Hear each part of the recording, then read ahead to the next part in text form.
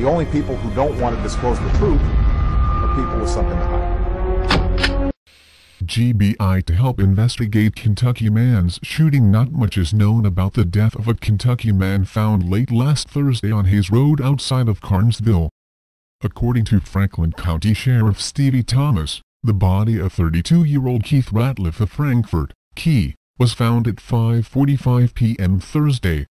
Thomas would not release any information at the time until the victim's relatives had been notified. On Sunday, Thomas released more information about the ongoing investigation.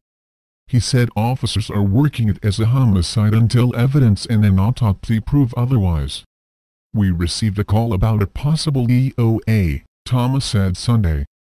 Upon the deputies' arrival, deputies found a white male, who was unconscious and not breathing. EMS personnel came and determined the man was deceased.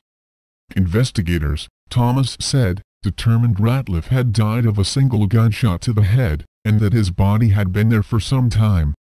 Thomas said agents with the Georgia Bureau of Investigation have been called in to assist in the investigation. Thomas also said it is not clear yet whether the case is a homicide. Ratliff's body was taken to the GBI crime lab in Atlanta for autopsy.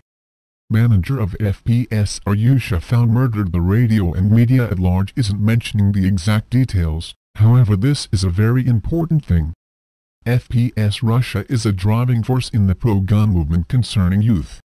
The videos published are very pro-gun, and reach literally millions of impressionable youth, showing them that firearms just aren't for people in movies or video games. From the details, it was not a robbery-turned-murder. His guns were still left in the house. So, why was he murdered mob style? This represents a second well-known player in the firearms industry to be killed in the past week.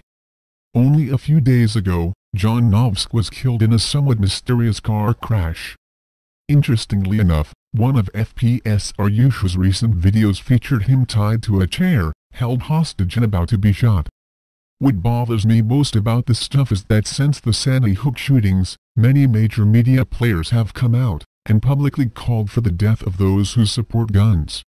Are the deaths of Mr. Ratliff and Mr. Novsk just random chance, or is there something bigger going on?